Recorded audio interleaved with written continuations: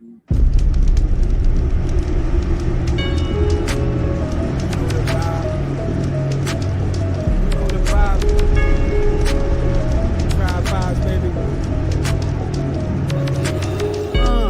was all good just a week ago. Riding through the hood with my speakers low. I wish a nigga would try my peoples though. We out back staking houses when the beef would go. Oh, tiptoeing in my Jordans. White or brown, look up, pick your poison. They ain't patting down what?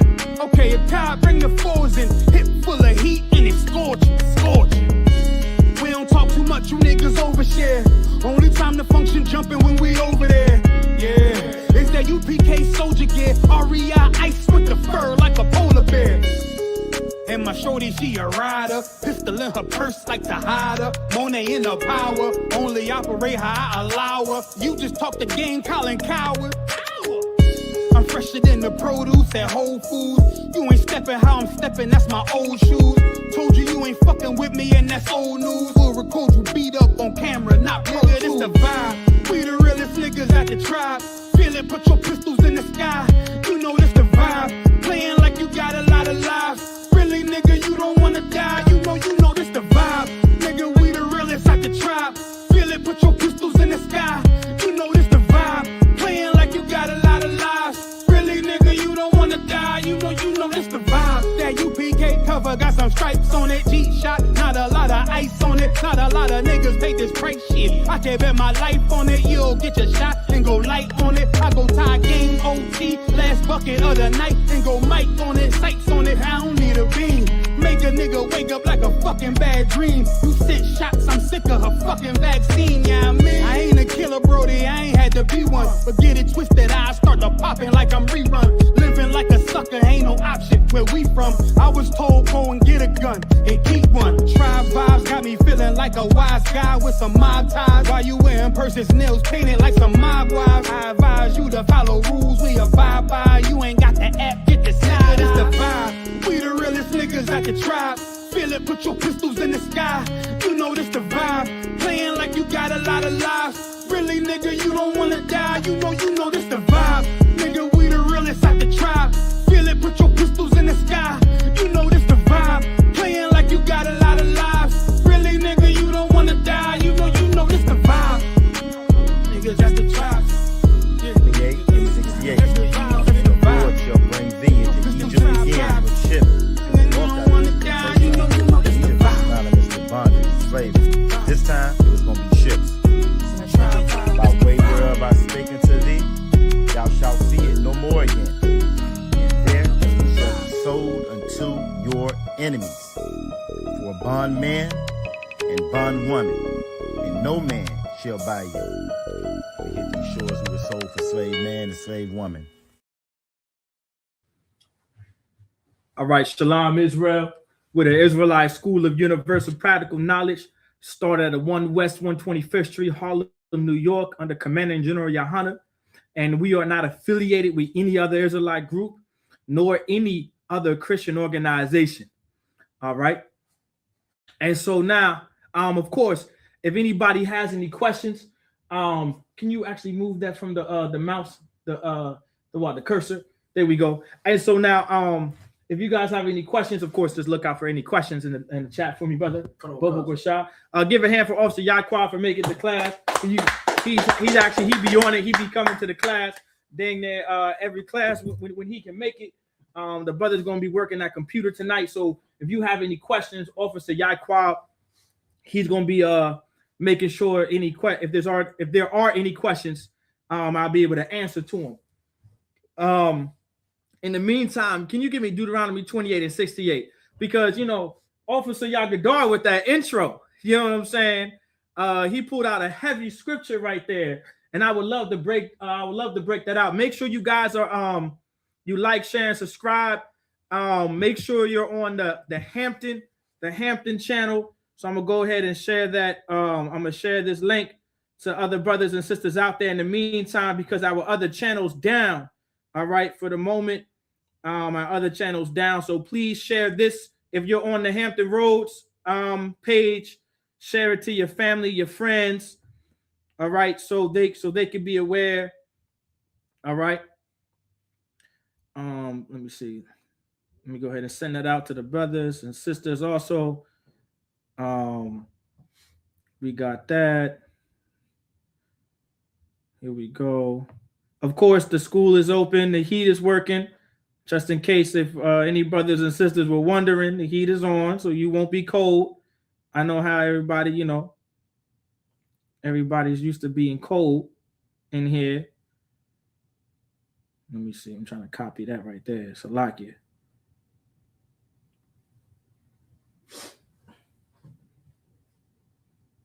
Any questions in the meantime? Or not yet. Just check-ins at the moment. Just check-ins. Okay, bet we're gonna get it rocking and rolling though anyway. All right. So in tonight's class, you know, I'm gonna prove to you tonight. I'm gonna prove to you tonight, and you got that scripture, Deuteronomy 28:68. Most High Christ. I'm gonna prove to you tonight, right? Because this is gonna be the breakdown for tonight. I'm gonna prove to the class tonight, and every Black, Latino, Native American out there, that civil rights had nothing to do with Black people. I'm gonna prove it to you, not just in the Bible, but I'm gonna prove it to you historic. We have some pretty good videos. I'm also going to bring up Donald Trump and what he said recently in relation to civil rights, because I'm going to prove to you that civil rights were not for Black people. They were not for Latinos. They were not for Native Americans, but they were for the so-called oppressor. They were for the devil. They were for Esau, Edom, Idumea, right? They were for the Bonanno family. They were for the Colombo family. They were for the Genovese family. They were for the Lucchese family. They were for the Gambino family. Like, they were for the Italians. The civil rights was for Italians, Irish, the Jewish, the Polish, the Germans, you name it, the Scottish, you name it. The French, the British, the English, that's who civil rights was for.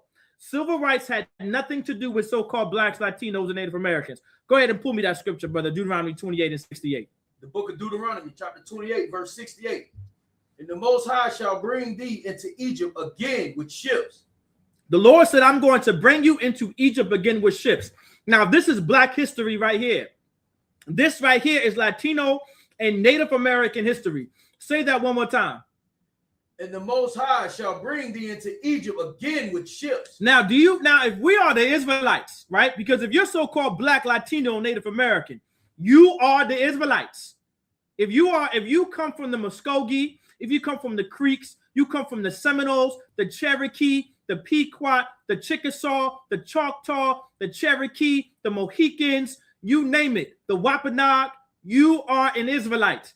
If you come from Mexico, El Salvador, Puerto Rico, the Dominican Republic, Cuba, Colombia, Peru, you are an Israelite. If you come from Haiti, Trinidad, Tobago, the Virgin Islands, you are an Israelite.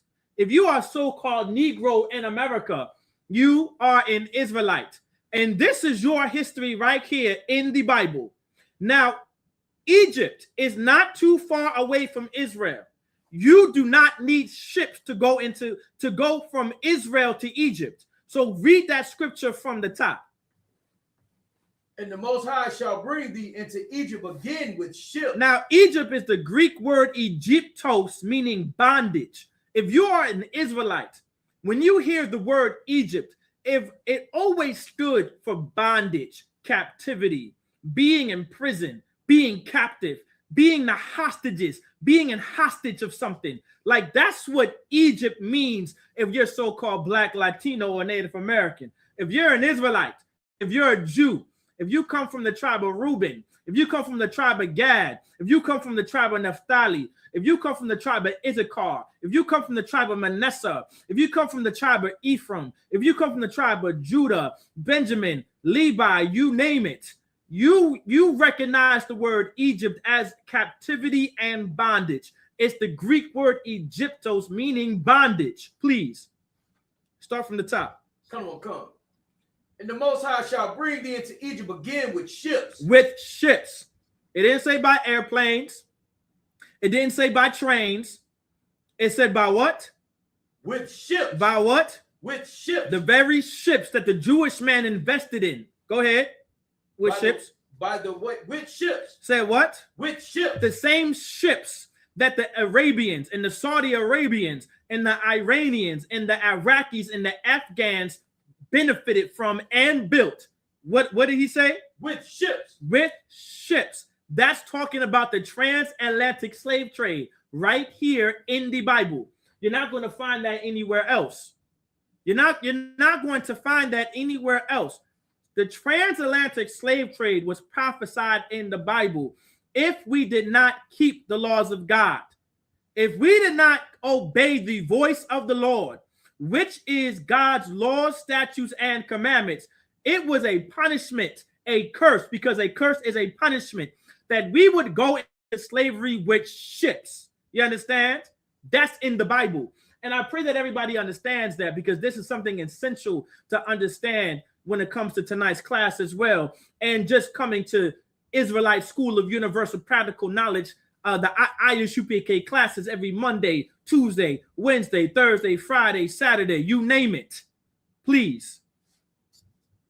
By the way whereof I spake unto thee. Go ahead.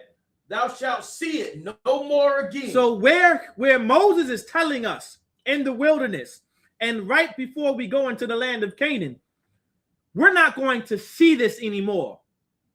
If we don't obey God, if we don't keep his commandments, meaning if we don't stop eating pork and shrimp and lobster, if we don't stop getting tattoos, if we don't stop being Buddhist, if we don't stop being Christian, if we don't stop being Muslim, if we don't stop being Egyptologists, you want to know why you're so fascinated with Egypt? Because you are a slave to Egypt. You want to know why you're so fascinated with being African and being from Nigeria and being from the Igbo and being from the Yoruba and pretending you're from Rwanda and pretending to be from Ethiopia and Kenya? Because those were at one point your oppressors. Those people were our oppressors at one point. And so you're so fascinated with the continent of Africa that you get it tatted on your chest. You get it tatted on your arm. You get it tatted on your leg. You get it tatted on your back. You go to the Blackity Black store and you buy the wooden African Bambata chain and you put it around your neck with the African wooded beads around your neck. That's what you do. Why? Because you've been tied to oppression when it comes to Africa. And we've been trained and taught and conditioned to go after the ways of our oppressor. Africa is not the motherland. The Bible says Jerusalem is the mother of us all. I'm going to go to that next after this. All right. And so I believe that's in Galatians chapter 4, verse 20. But in the meantime, just hold on. But this is why we're so tied to Egypt. This is why we look forward to Africa as so-called Blacks, Latinos, and Native Americans. But we have no ties to Egypt and relate but being slaves. You want to know why you can go into South America and Central America? Because you know why you go into South America and Central America and find pyramids that are similar to Egypt? It's because it was our culture to build pyramids. That's in the Bible. Can you hold that and find that for me, brother? Where I believe it's in the Apocrypha, where it talks about it was Israelite custom to build pyramids. Pyramids have nothing to do with Egypt. It has everything to do with so-called Blacks, Hispanics, and Native Americans. I promise you that. All right. I believe it's First Maccabees chapter 13, verse 28. All right. And I want you to start at go to verse 26. All right, go to First Maccabees chapter 13, verse 26. All right. And then we're going to go back to Deuteronomy 28, verse 68. All right. Because this is something that needs to be understood right here. This is something essential to understand, right? Before we let me know when you got it. Come on. First Maccabees. This is the book of First Maccabees, chapter 13, verse 26. And all Israel made great lamentation for him. Go ahead. And bewailed him many days. All right, because Jonathan, the brother of Simon, right? He's now gone. All right, and so they're mourning for him. Please go ahead. Verse 27. Simon also built a monument upon the sepulchre of his father and his brethren. So he built a monument. So we're about to find out what this monument is. Go ahead. And raised it aloft to the sight. Go ahead. With hewn stone behind and before. So there were stones above it and etc. Go ahead. Verse 28. Moreover, he set up 7 pyramids. One more time. Moreover, he set up 7 pyramids. Say that one more time so everybody can hear you. He set up 7 pyramids. So he set up 7 pyramids. Why did Simon set up 7 pyramids? Because it was our culture to build pyramids.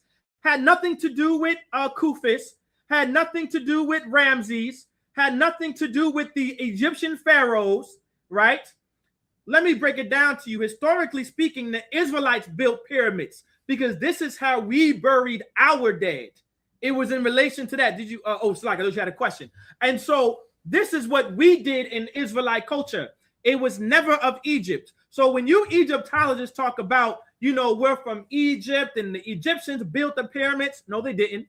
It's historical biblical record right here in 2 Maccabees, chapter 13, verse 28, that the Israelites built pyramids, not the Egyptians. If Egyptians are Africans, meaning they come from Ham. Name me right now any Hamitic tribe right now that are building pyramids and that have built pyramids after Egypt. After the dynasty of Egypt, after the great dynasties of the Egyptian rule, when were the other Hamitic tribes building pyramids? You won't find it. You won't find any pyramids in Ghana. You won't find any pyramids in Nigeria. You won't find it in Ethiopia. You won't find it in Rwanda. You won't find it in Kenya. You won't find it in Morocco. You won't find it in Algeria. But you will find pyramids inside of what? Mexico. You'll find pyramids where? In Central America. You will find pyramids in South America. Why is that? Because the Latinos, the Mexicans are God's chosen people. They are the Israelites. The pyramids were built so well. The white man couldn't even admit, our oppressors couldn't even admit that black people did it, that the Native Americans did it, that the Latinos did it. Instead, they made up some tribe and some alien race called the Anunnaki because they cannot replicate. They cannot replicate the pyramids. Some outside entity, some extraterrestrial being had to be responsible for building pyramids. I'll tell you who's responsible for building the pyramids. The very same people who's responsible for building your cities in America. The very same people who's responsible for building New York. The same people who's responsible for building Chicago, building Washington, D.C. The very same people who's responsible for building D.C. and Baltimore and Atlanta and Jacksonville and Tampa and Miami, all right, and Mobile and the great cities throughout America, Kansas City, St. Louis, you name it, right? Phoenix, Arizona, Dallas, Texas, Houston, Texas, where the Passover is. Blacks and Latinos and Native Americans are responsible for building the pyramids, for building your cities. The very same people that you're trying to take rights from, the very same people that you're massively deporting and massively harassing and massively abusing, those are the ones that are responsible for building the pyramids in Egypt and building the pyramids everywhere else that you see them. It's absolutely bizarre. Go back to Deuteronomy 28 and 68, where it says we're going to Egypt again. And start from the top, Bubba Quashab. Come on. The book of Deuteronomy, chapter 28, verse 68. The Most High shall bring thee into Egypt again with ships. Go ahead. By the way whereof I spake unto thee. Go ahead. Thou shalt see it no more again. That Egypt is talking about America, because America is spiritual Egypt. The very same country that oppressed blacks, Latinos, and Native Americans collectively. That's in the Bible. That's historic evidence. Blacks and Latinos and Native Americans, we suffered together. You understand? Please go ahead. And there ye shall be sold unto your enemies. Said who? And ye shall be sold unto your enemies. It said we would be what? And you shall be sold unto your enemies. Did it say you'll be sold to your drinking buddies? You shall be sold unto your enemies. Did it say you'll be sold to your colleagues? You shall be sold unto your enemies. Did it say you'll be sold to your associates? You shall be sold unto your enemies. Did it say that you'll be sold to your work husband? You shall be sold unto your enemies. Did it say you'll be sold to your white best friend Jonathan? You shall be sold unto your enemy. Did it say you'll be sold to your best friend Gunther and Skylar? You shall be sold unto your enemy. It said you'll be sold to your enemies. The Lord wants you to understand. The Lord wants you to comprehend that you have enemies if you're black. You have an enemy if you're Native American. You have an enemy if you're so-called Latino. Every race of people on the planet has a comprehension that they have enemies that surround them. China has borders. The Chinese have borders. The Japanese have borders. The Koreans have borders. There's a South Korea, a North Korea. Ukraine has borders, even though they're from Russia. Ukraine has borders from Russia, even though Ukrainians are Russians. The Polish have borders against the Sweden, even though Sweden and Polish are the same race of people. Everybody understands that they have enemies. The Netherlands understand that they have enemies. Greenland understands that they have enemies. If Greenland didn't know that they had enemies, they sure know that they have enemies now, which are other white men, other oppressors. Greenland has an enemy called Donald Trump, who wants to invade Greenland simply because he's a white man, simply because he's an oppressor and his belly is never satisfied. He is an insatiable human being, and his entire nation and his entire people are insatiable. They're never satisfied. Their bellies are never full. Their bellies are never full. That's why no matter what country they land on and no matter what land they come to, they destroy it. They're walking destroyers. They're destructive human beings on the entire face of the planet. That's the same nation of people that Donald Trump comes from, the very same people that civil rights is for. I'm going to prove to you tonight that civil rights has nothing to do with so-called blacks, Latinos, and Native Americans. And it's going to surprise you. It's going to shock you. You're going to be like, oh my God. I thought my grandfather marched for civil rights and he's black. I thought my grandmother fought for civil rights and she's Latino. I thought my great uncle fought and my great auntie fought for civil rights, even though she's Latino. Well, I'm going to prove to you tonight that civil rights were for white people, not you. Had nothing to do with you. Please go ahead. And there ye shall be sold unto your enemies for bondmen and bondwomen. It said for who? For bondmen and bondwomen. It said for who? For bondmen and bondwomen. You know what the Lord wants you to know? This is what the Lord is revealing to you if you're so-called black and Latino and Native American. There's a price on your head. That's what the Lord wants you to know. It says for what? For bondmen and bondwomen. There's a price on your head. It said what? For bondmen and bondwomen. ICE agents storming your neighborhoods. Go ahead. For bondmen and bondwomen. The National Guard and Homeland Security roaming the streets of D.C. For bondmen and bondwomen. There's a price on your head. One more time. For bondmen and bondwomen. Mandatory searches. For bondmen and bondwomen. No-knock warrants. For bondmen and bondwomen. Parole violations. For bondmen and bondwomen. Probation violations. For bondmen and bondwomen. Always in the county. For bondmen and bondwomen. Always in jail. For bondmen and bondwomen. Listen, Masai, there's a price on your head if you're so-called black, Latino, and Native American. I pray that all of you understand. There's a price on your head. We are constantly being hunted. We are constantly being searched out by our enemies, by our oppressors. That's in the Bible right here. Say that one more time so I can really bring it home. For bondmen and bondwomen. The Bible said that you are being sold to your enemies for bondmen and bondwomen. That's why we're always on the run. That's why we can't go out in our streets. This is why we constantly have to move out of our neighborhoods, because we're always tied to something. Even though you could be living life so innocently, even though you have never sold drugs and you've never been a drug dealer, you've never been a 304, you've never prostituted yourself, You never been that type of sister. You never been that kind of brother to get in trouble. And you've been a brother who's been an outstanding citizen, upholding citizen, right? Who upheld the law in America. And you've been such a great citizen, so much that you got yourself a 9 to 5, a 12-hour shift. You went to college, got your degree, and you still get harassed by the police and get shot and unalived. The Bible said what? Bondmen. For bondmen and bondwomen. Keep going, brother. And no man shall buy you. Meaning no man shall redeem you.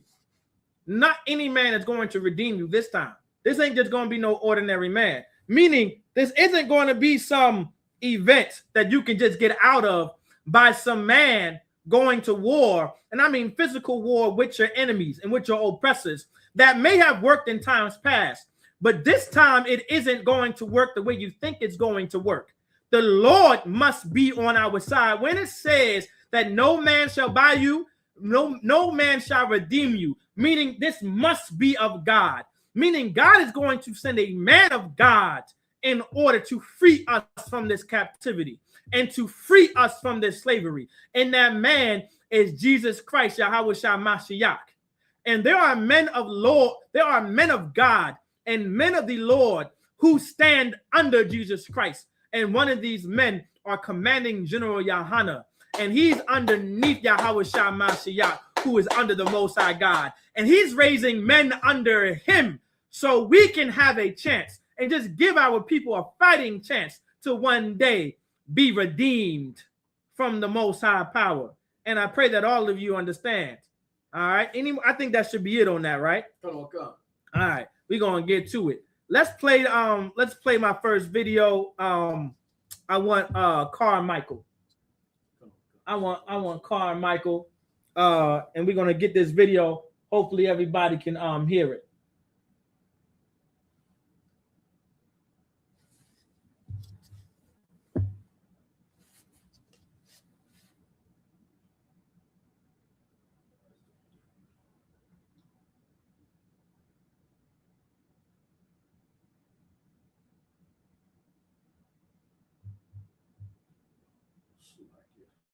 No, you two up.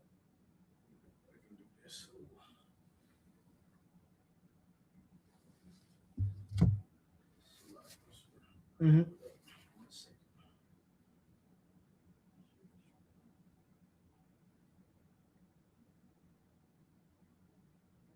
I figured it might have some difficulties. That's why I wanted to show you that because it seems like it may not work. Go ahead, you two up. You can go ahead and share it.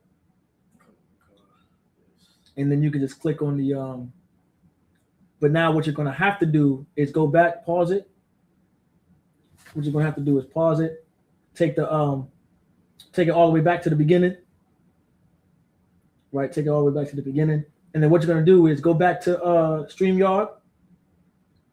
And what you're going to do is stop sharing that tab. Right? So press that X at the bottom. Right, I'm going to stop sharing that, then share screen. Press share screen. There you go. And then this time you're going to share the YouTube chat, the YouTube. There you go. And then that should work better. All right. Knew that I could vote and that wasn't a privilege, it was my right. Knew that let's see. Can everybody hear that? That wasn't a privilege, it was my right. Go back to the go back to the stream. You don't got to pause it. I knew that I could vote and that wasn't a privilege. Can everybody hear the video playing? We may not be able to hear it. I wish that we could, but can you guys hear all of that? Beaten or economically deprived. Can you guys hear what's on the screen? Had to put a one West if y'all can. If not, we're going to fix it. When a black man comes to vote, you bother him. That bill again was for white people, not for black people. So that when you talk about open occupancy, I know I can live any place I want to live. It is white people across this country who are incapable of allowing me to live where I want to live. You need a civil rights bill, not me. I know I can live where I want to live. Out until it hits the end. I know what the video says. There it is, sir. That's the end of it, sir. Our Most High Christ. Play it one more time so everybody can understand, so everybody can hear what this brother is saying.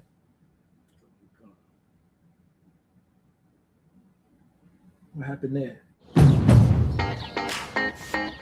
Now's the time for a great deal on a new Honda. From the That's interesting. I think I know what's going on. Give me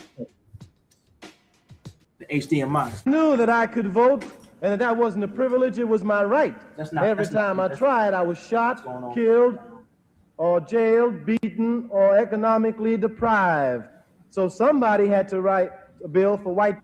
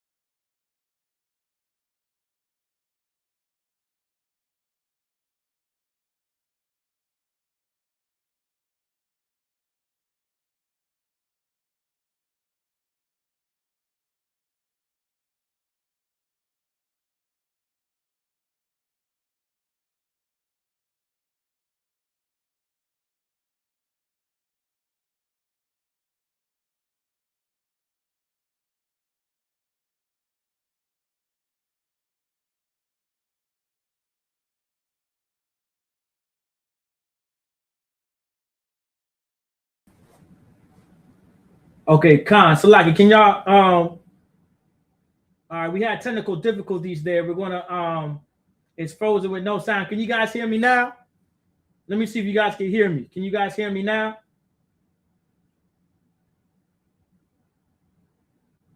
One West in the chat if y'all can, please. Salaki.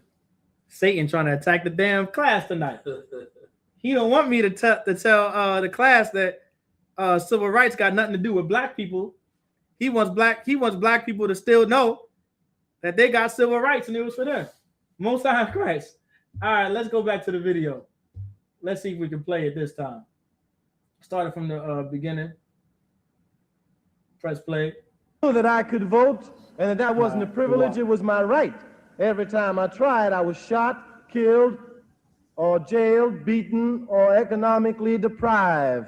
So somebody had to write a bill for white people to tell them when a black man comes to vote, don't bother him. That bill again was for white people, not for black people. So that when you talk about open occupancy, I know I can live any place I want to live. It is white people across this country who are incapable of allowing me to live where I want to live. You need a civil rights bill, not me. I know I can live where I want to live. Nah, it's all right. No sweat. Go back to the StreamYard. The page might be muted. That's why we can't hear it. It's a possibility. I'm not sure. I'll have to handle that some other time. But anyway, so what the brother was saying, right? Civil rights wasn't for the so-called black man. Now, this was a pro-black activist. All right, you got Carmichael. He was a black power activist back in the 60s. This took place in 1966. And he was breaking down to black people that, you know, we don't need civil rights. It's not that we don't know that we have rights. We're human beings. We have the right to live where we want. We have the right to stay where we want to stay. We have the right to eat where we want to eat. We have rights. The only people that did not know that we had rights was white people. That was the only people that did not know that we were humans. They are the only people that did not realize that we can't eat what we want, where we want to eat, and live where we want to live. And so if that's the case, civil rights has nothing, I mean, absolutely nothing to do with so-called black people. Civil rights, when it comes to black people, quote unquote, having rights, were not for blacks. It was not for the Latinos. It was not for the Native Americans. It was for white people. That's what was going on in the 1960s. Unlike Martin Luther King, unlike Michael Orgy Mike, right? Michael Orgy King, who named himself after a so-called white man, Martin Luther, who separated from the Catholic Church and was the founding father of the Protestant Church. You know, those same churches that black people go today. If it wasn't for the actual Martin Luther, not Orgy Mike, not Michael Orgy King, I'm talking about the white man Martin Luther, you wouldn't have your Southern Baptist Convention. You wouldn't have your Pentecostal church. You wouldn't have your 7 Days Adventists. You wouldn't have your Methodist church. You wouldn't have your Black American Methodist Episcopal church. You wouldn't have your Presbyterian church. You wouldn't have any of these churches if it wasn't for this white man named Martin Luther. And that's who Michael King, quote unquote, Martin Luther King, aka Orgy Mike, who was having sex with white prostitutes in the Watergate Hotel. That's who he named himself after. If you notice, the man that Carmichael, who was teaching, was completely against what Martin Luther King was speaking slightly against what Martin Luther King advocated for. He was telling you the truth of what was going on in America. Martin Luther King wanted you to believe, or conditioned us to believe, that we are to join ourselves to the so-called white man, to our oppressor. You know, the British, the Polish, the Swedish, the Irish, the French, you name it, the Spaniards, the Italians. Like Martin Luther King made us believe that we were supposed to join forces and hold hands with these people. But the Lord was absolutely against it. And I mean completely against it. How do I know? Give me Deuteronomy chapter 7, verse 6.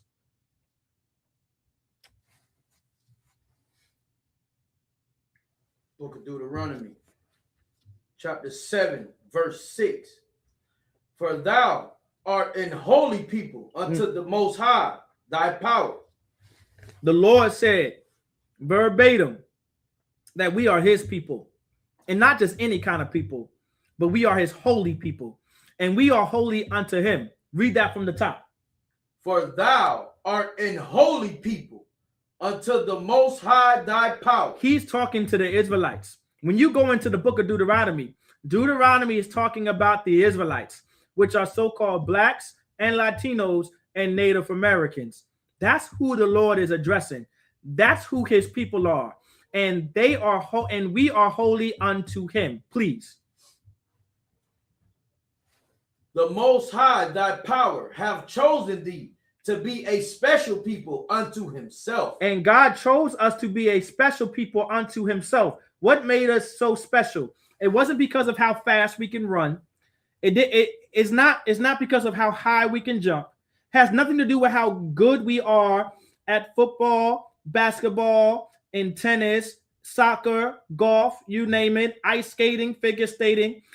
Figure skating had nothing to do with that. It said what? Read it from the top. Or from what the last read. For the Most High, thy power, have chosen thee to be a special people unto himself. What made us special was the character that we had, and the knowledge and the wisdom that the Lord gave us. That's what made us special. Black people and Latinos, Native Americans, we are absolutely the most intelligent beings and the most compassionate beings and the most empathetic beings on the face of the planet. No one loves more than black people. No one loves more than the Native Americans. No one loves more than the Latinos. No one on the planet is more compassionate and empathetic than black people, than the Latinos, and then the Native Americans. Name me a race of people who has more compassion than the Native Americans. I dare you to try to name me one. You can't name me none, because the Vietnamese have nothing on the Native Americans.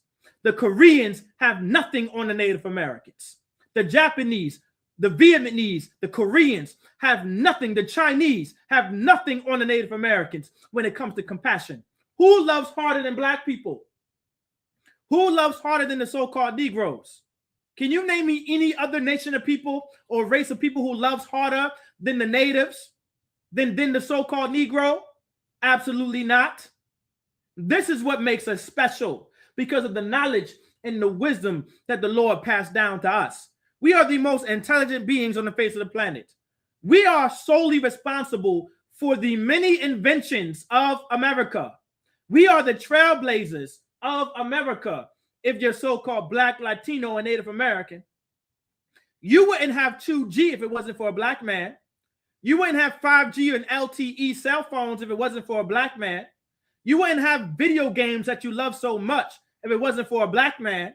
You wouldn't have the traffic light if it wasn't for a Black man. The white man wouldn't have gone to the moon and be able to reach space and reach into the stratosphere if it wasn't for a Black woman.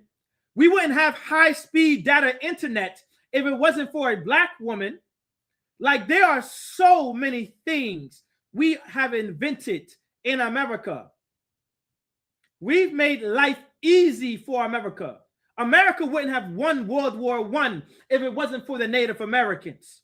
New York City and their beautiful skyscrapers that they're so beautiful, and the skyscrapers of Los Angeles, and the skyscrapers of Chicago, and the skyscrapers of St. Louis, and the skyscrapers of Atlanta and Jacksonville, Tampa, Orlando, Miami. None of those skyscrapers would have been built if it wasn't for the Mohicans, if it wasn't for the Skywalkers. That was a Native American tribe called the Skywalkers. You like Star Wars? Well, the term Skywalker came from the Native Americans. You like Star Wars? You wouldn't have Jedi lightsaber fighting if it wasn't for a Black man. Black man is the reason. The Black man, Black people, and Latinos and Native Americans are the reason why the Star Wars industry is one of the best-selling industries there is throughout Disney. At least now it is, since it's on Disney. You know who the best character? You know the character that everyone remembers on Star Wars? There are two characters who everyone knows in Star Wars, and both of them was played by Negroes. You understand? Darth Vader, his voice was a Black man. What's that brother's name? So like I should be stoned to death for forgetting his brother's name. What's his name? James Earl Jones. James Earl Jones. So like, please forgive me. You know what I'm saying? I should be stoned for that. So like, James Earl Jones. He played the voice, all right, of Darth Vader. And then you have Samuel Jackson, the only Negro in the damn movie, and had a purple lightsaber. He was the character for the past 3 episodes in the 90s. We are responsible for making America great. We are responsible for making America the way it is now. The Bible said what? The Lord said, he told what? The Most High thy power have chosen thee to be a special people unto himself. Like, these are the things that were made us special. And he said unto himself, because we were never supposed to be special for other nations and races of people. We have become special for America. We have become special for the Irish. We have become special for the Japanese. We have become special for the Polish. We have become special for the Koreans. We have become special for the Vietnamese. We have become special for the Cambodians. We have become special for the Germans. We have become special for all other nations and races of people, except for each other, except for our own. The Lord wants us to understand that real supremacy comes from being special unto the Most High God. And the way you become special to the Most High God is being special to each other as so-called Blacks, Latinos, and Native Americans, and not being special for another nation and race of people. That's what the Lord wants you to understand right here in Deuteronomy chapter 7, verse 6. The Bible said, what? Read that one more time. The Most High thy power have chosen thee to be a special people unto himself. He didn't want us to be special for everybody. He didn't want us to be special for America. If we were special for each other and each other alone, unlike Martin Luther King wanted us to be, we would be a great people. We would be the America today, but so much more righteous and so much better and so much more just. That's what we would be. The Lord said what? He have chosen thee to be a special people unto himself. Keep going. Above all people that are upon the face of the earth. The Lord said that we were to be above all people of the face of the earth. That's what the Lord said. He didn't say under, and he didn't say some people. He said all people. All the people on the face of the planet. If you are so-called Black, Latino, Native American, you are to have absolute supremacy and superiority over other nations of people and other ethnic groups of people. Don't allow anyone to tell you any different. If you are so-called Black, Latino, Native American, don't hide your supremacy. Don't be afraid to show your supremacy. Teach your kids that they are superior if they're Black, Latino, and Native American. Teach your kids how to navigate through this terrible white supremacy of a world and this neo-Nazi of a world. Teach your kids something that's going to benefit them, that's going to keep them alive. You know what's going to keep your child alive? Teaching them that they are better than all nations of people on the planet. That's what's going to protect them, because then they're going to take on the attributes and the behaviors and the conduct of a people that are not above murder, that are not above unaliving, that are not above stealing. You know, the so-called white man, our oppressor, he's not above murder. He's an unaliver. He's not above lying. He's a liar.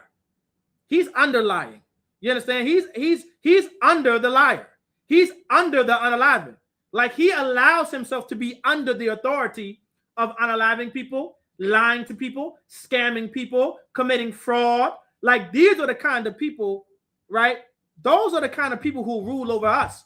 But the Lord said to be above them. So if you teach your child, and if you teach your children to be better than them and that they are above them, that will do them some good.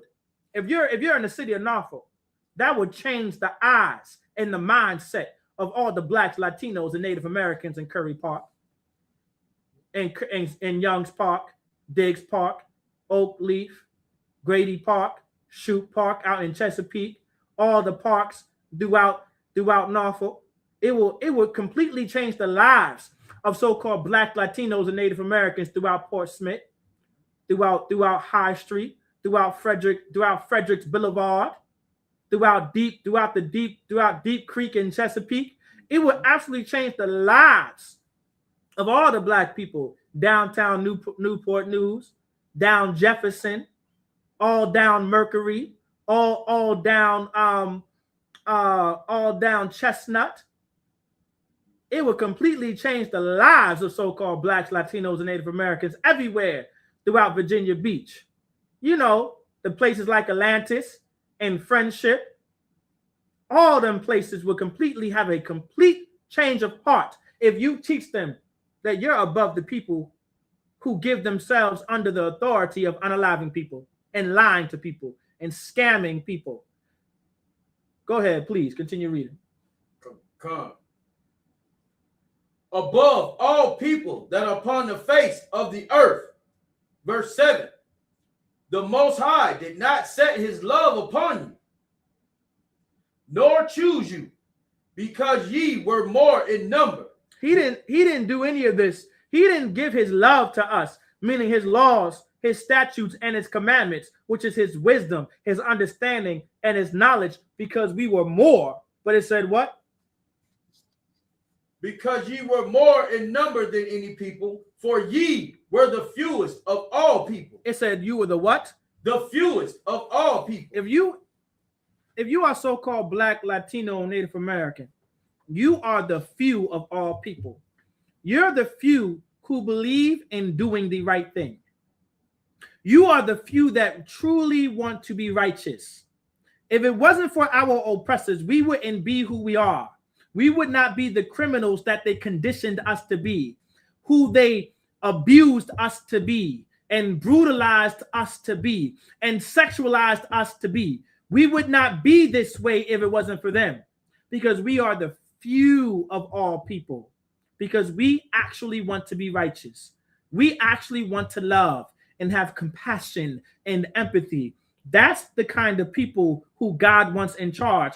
That's why he chose us to be unto him, so we can be that unto each other, so other people can learn how to be that to each other from other nations and races of people. The Lord said we're supposed to be, the Lord said we are the light of the world. The Lord said we are the salt of the earth. That's all black power right there when the God said that. That's black supremacy, Latino supremacy, and Native American supremacy throughout the Bible when Jesus Christ said we are the salt of the earth and we are the light of the world. That's what real supremacy looks like. He didn't give this to us because we are the few.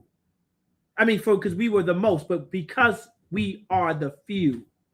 And I pray that every last one of you understand that we are the few who believe in not having orgies in Watergate hotels like Martin Luther King mimicked after white people having orgies in different hotels and different motel rooms with white prostitutes. We wouldn't be like that.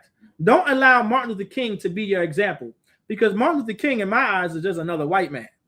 I pray that you understand.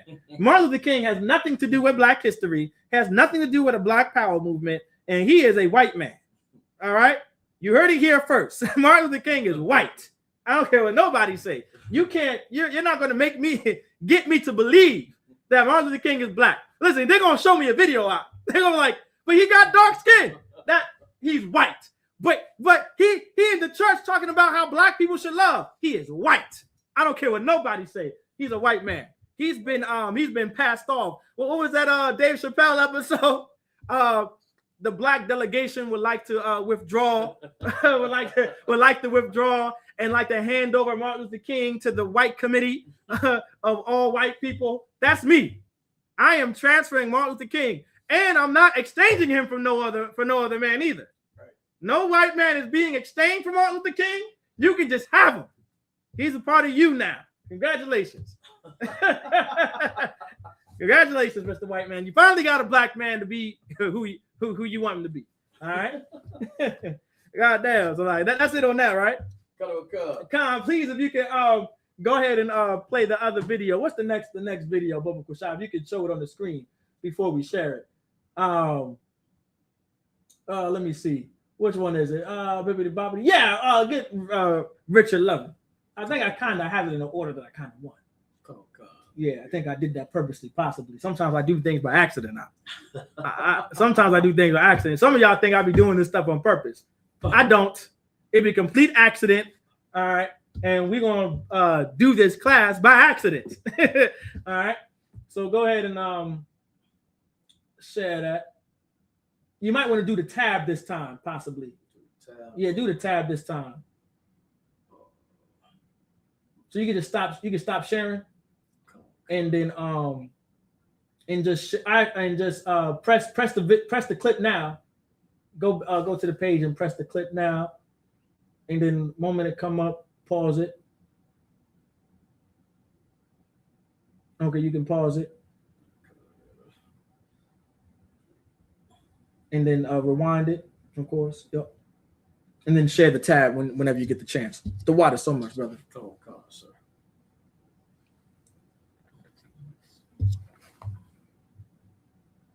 But yeah, we're going to get some more on this right here. Right, exactly. We traded him.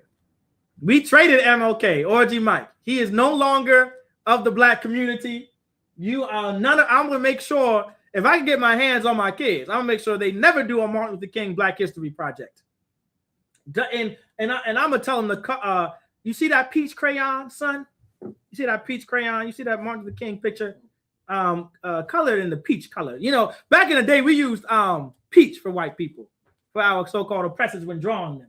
I don't know if y'all remember that, but I remember grabbing the peach crayon and coloring in our oppressors because the white crayon wouldn't show on white paper. So I went to go grab the peach crayon. Well, Martin Luther King, my kids are going to color in him peach. All right. Moving on. Go ahead and play that video for the class.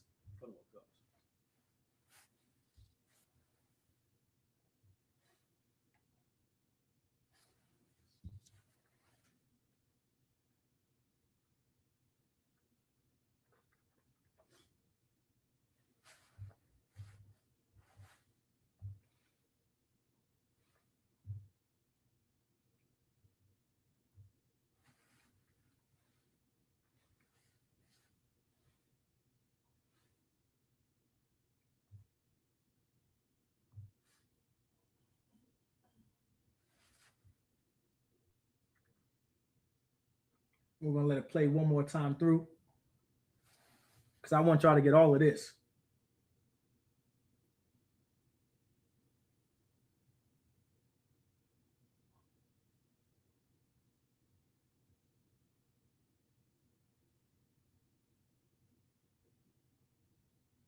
That's it, sir. Most High in Christ. Now, go back to the screen, right? There you go. And Salaki, brother, real quick before I continue, go to settings real quick. And can you go to audio? It just dawned on me real quick. Hey, can you go to audio? Let me see. You see the speaker? Come on, come. Can you press that for me? All right. Can you make it the even though it is the driver for display speaker, click on the speaker to HyperX Quad, and then I want you to go back to the speaker.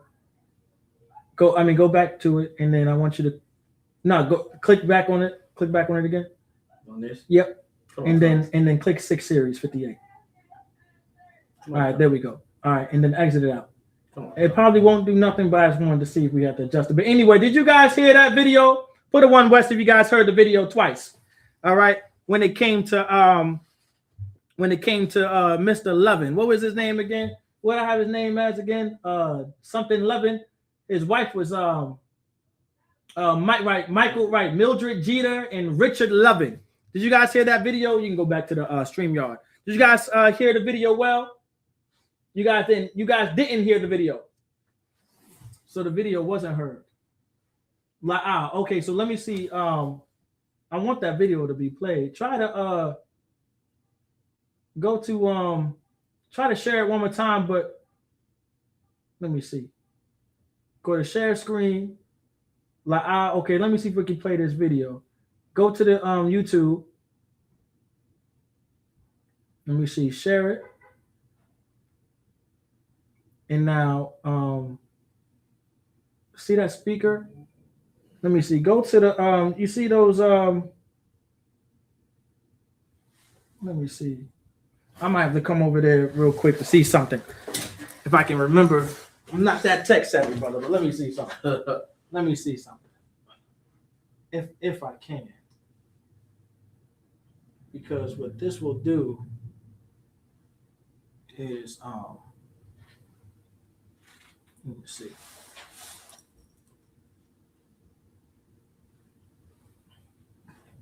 Let me see.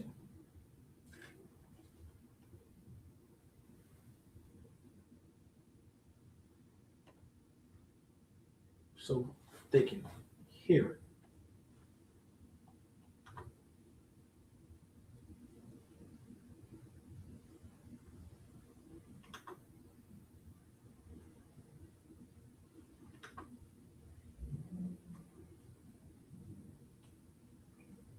All right, let me know if you guys can hear it now.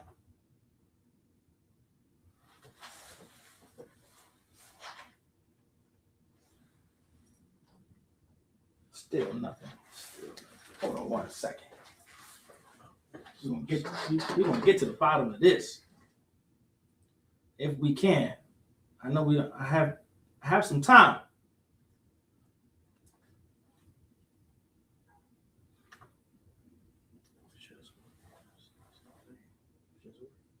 It was. Let me see something. What are we going? Oh, what is that?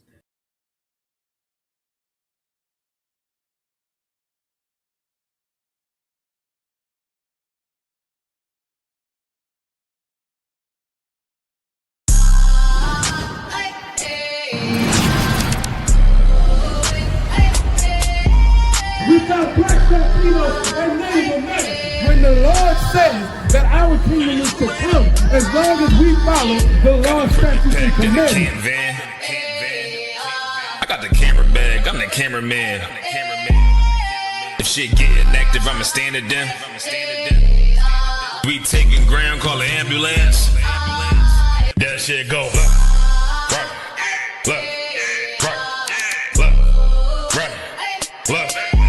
If shit go, you best get right, or you'll get, you got that, that shit If you got a problem, we'll handle it. Niggas acting hard, you better stand on it. We on every corner, we stamping it. You better get your life for this camp shit. We ain't playing around, there's no cowards, dog. If niggas charged up, you get powered off. Rude of speech, keep it raw. It ain't my fault that you niggas soft. It ain't my fault that these niggas frauds. It ain't my fault that them niggas rats. If your colors fly, you don't get that shit go. Left, right, left, right, left, right, left, right. If shit go left, you best get right, or you'll get left. You goddamn right. That shit go left, right, left, right, left, right, left, right. If shit go left, you best get right, or you'll get left. You goddamn right. That shit go. Wanna go to war, gotta hop into the van. Tryna cut the semen, something you don't understand. Getting tough from my betterment, better take it like a man. Nigga, how you walk away for camp? If you willing to die, you better be willing to stand. Take a trip around the world, see a bunch of corners held by them UPK niggas. All them UPK niggas go to camp. And I'm on Shamar head hanging out the car. Wonder when I pull up straight to the battlefield. And I'ma make sure niggas make it back home. Say, nigga, what you thought? Whether anything moving, I be on. Gotta remind them, we nothing like them niggas that you saw. If you hear back up, that'll be your last time to get out the way. The price to pay before. That shit go left. Nah, for real though. Left, right, left. If shit go left, you best get right, or you'll get left. You goddamn right.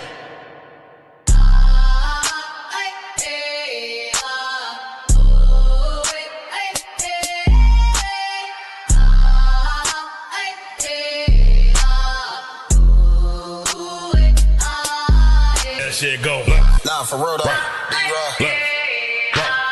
Left, left. If shit go left, you best get right, or you'll get left. You goddamn.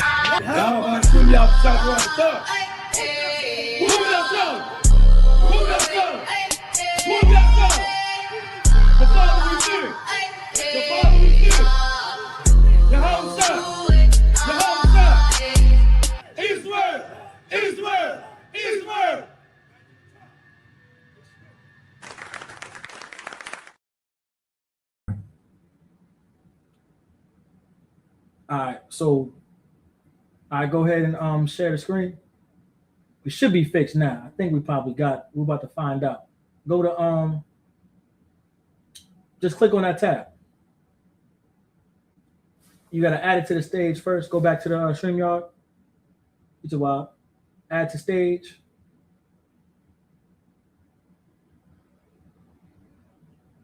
All right, go back. In 1958, Mildred Jeter and Richard Loving were arrested. Let's see if that made a difference. 1950.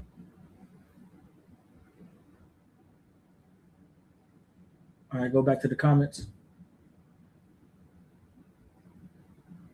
All right, put a 1 West if you can hear the video now. There we go. Most High Crest. We fixed that.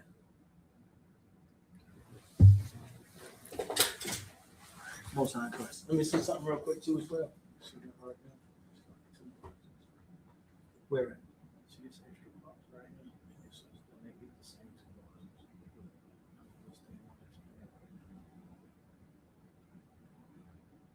Wait, I'm not sure. Well, you can stop it too.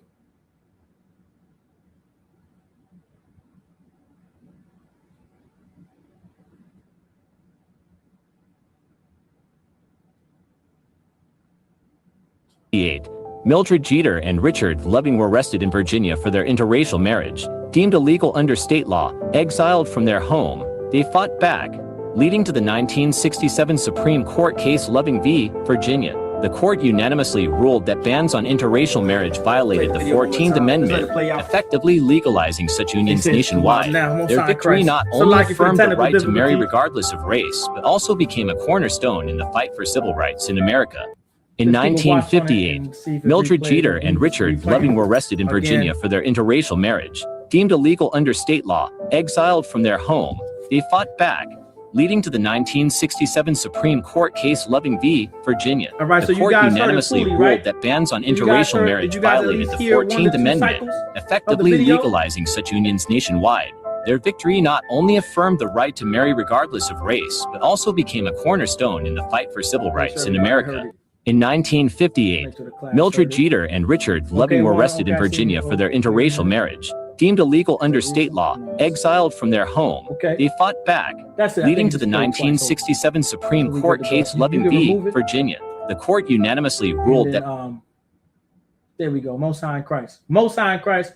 All right. So of course, we got this. So we got this white man, right? The cup, right? Most High in Christ. So hopefully you guys heard it for one cycle, maybe two cycles. I'm not sure, but we have this white man named Richard Loving and his wife Mildred Jeter, and they are solely responsible, right, for the state being called, the state of Virginia being called Virginia is for lovers. Because of the Supreme Court ruling, it was because of their marriage and them pushing to be married legally in America, because interracial marrying was against America. You were not allowed to marry outside of your race in America. The so-called white man was not allowed to marry black women, and black men for sure were not allowed to marry white women. That was never a thing that existed in America until Richard Loving. And so I pulled this video because if it wasn't for a white man wanting a black woman, you would have never, quote unquote, got rights to marry whoever you wanted to marry. If it wasn't for a so-called white man, if it wasn't for an oppressor. So when I say civil rights was for white people, it had nothing to do with black people. This is the history class. And so the point being made in tonight's class is civil rights were for the so-called white man and white woman. It was never for black people. The only reason why you're able to marry who you want to marry is because of Richard Loving. It's not because of Mildred Jeter. It's because Richard Loving wanted to legally marry Mildred Jeter. Please go ahead, Al. It's lucky, sir. If I'm not mistaken, if you go and you actually do the research on it, it was, I think, like the year after slavery, it was probably like maybe 4 to 5 years later, running up into those two, right? Mm-hmm. The first actual marriage certificate that they started trying to get was to keep a census on interracial marriages, because when black people was coming out of slavery, right, and Mexicans and all of that, when they were starting to, when everything was dropped, right, white men and white women were trying to marry us. You know what I'm saying? So right, they made the actual the document as a census to keep a track up to how many people were getting married like that. Right. And that couple, you know what I'm saying? That's heavy you brought that out. That couple became the actual forefront that got the legislation passed, right, to where it will become legal. Correct. Give that brother a hand, because that's exactly it. And so once again, like I said, right, and just like, and I'm gonna add to the brother's point, which is so heavy, right? That legal marriage was only a way to keep a consensus of who was getting married. It was not actually about actual marriage of a man and a woman coming together. It was just so the so-called white man would know who is getting married, who's marrying who, and who should not be marrying who. And it wasn't until Richard Loving, having, as they called it back in the day, jungle fever, wanting some chocolate, right? If he didn't want any chocolate, and we're talking about a Latino woman. Mildred Jeter was a Latino woman. Right. She was Latina. Right. You understand that, right? That's another point. Right. Jeter is the slaves of the Spaniards last name. Just like Derek Jeter when playing on the Yankees, that was a brother.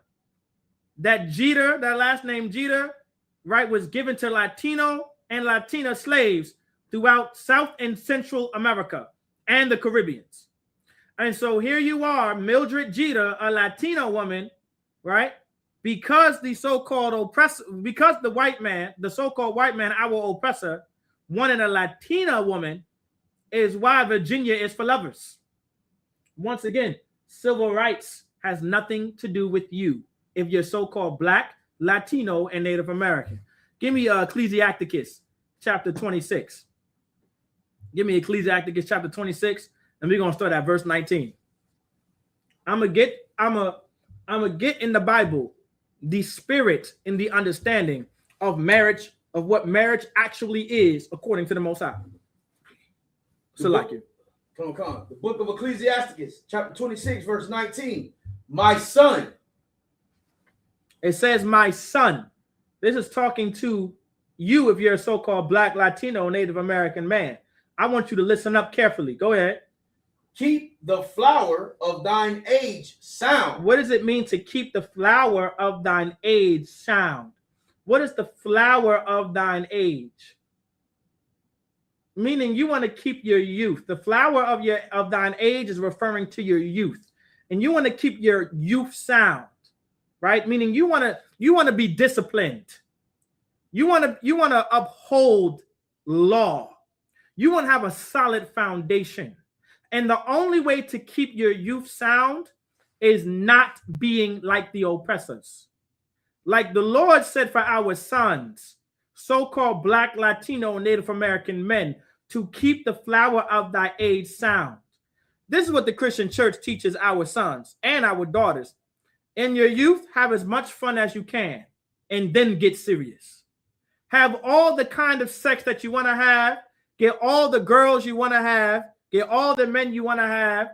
Get all the fun out of you in your early 20s. So by the time you're in your late 20s and early 30s, you can start to get serious. Well, the Lord said none of that. You get that because Black women followed after the devil, white women, in relation to that feminist movement and that women's rights movement and that women's liberation movement. None of that nonsense was being taught to our sons and our daughters until the feminist movement, who oppressor women, white women, ran game on Black women to be the backbone of that movement. And now you have a bunch of single mothers and strong independent women raising up sons to have as much fun as they can. And then now in 2026, you're wondering why your son is in and out of the county, and in and out of jail, and in and out of prison, and being an absolute menace to society, and running licks, and running drills, and being the neighborhood menace, and being the best drug dealer he can be, even though Black people are terrible drug dealers, Latinos and Native Americans, they're terrible drug dealers. You are on surveillance right now. Go into Curry Park, go into Young's Park. There's nothing but surveillance cameras. You think you're getting away with the drugs you're selling. You're not. This is no longer the 80s. There's cameras watching you. This is no longer the 90s. There's cameras watching you. You're the worst drug dealer to ever live. You're going to get caught, and you're going to get thrown in jail, and you're going to catch charge after charge after charge after charge. Well, that's because of the women's rights movement. That's because of white women convincing Black women to be a part of the women's rights movement, all right, the feminist movement and the women's liberation movement, to be independent from their man, quote unquote. And so they can have the sexual freedom as white men, because in times past, white men had sexual freedom to have sex with prostitutes, 304s, hoes, and all the kinds of sluts you can ever imagine. That was your feminist movement. Your feminist movement was so white women can have as much sex as white men. Instead of having a gentleman's club, now there's a ladies' club. Now there's more madams than you can ever imagine. Now there's a bunch of divas and queens than you can ever imagine. That's because of white women. That's because of our oppressor wanting the same sexual freedoms and liberations as white men. Because white men are the most disgusting men on the face of the planet. Our oppressors are the most disgusting men on the face of the planet. And they enjoy just having as much sex as they can. That's why those frat boys in college are having nothing but orgies with a bunch of women and themselves, because they are flaming LGBTQIA plus community members. They are the allies to the LGBTQIA plus community, because our oppressors can't stop having sex with men. There was a, how do I know? There was a so-called oppressor. There was an oppressor who wanted to have sex with Bayard Rustin. Bayard Rustin was a black homosexual black civil rights leader who gave Martin Luther King the non-violence campaign to his movement. Our oppressors capitalized off of the lust of MLK for white women and off of the lust of a white homosexual who wanted to freely have sex with black men. That's your civil rights movement. Right. That's history. Right. That's why our communities are full of chaos and full of evil and full of temptation. That's why the Lord said in Ecclesiastes chapter 26, it says, my son, keep the flower of thy age sound. Please. Come on, Sloppy, sir. This is so heavy what you're bringing out, because if you go back and you look at it, because of that, you know, Martin Luther King being such a sexual deviant for white women, those same type of men, those LGBTQ men, they were already trying to set up a way where they can have their own, you know, type of community. And one of the brothers that was involved in that was Arthur Ashe. He was married to a white Frenchman. He was a alternative lifestyler. Right. Arthur Ashe was. That's how he contracted the AIDS virus. Correct. Now, right after all of this go into effect, years later, if you remember, it was a movie made about it called Philadelphia.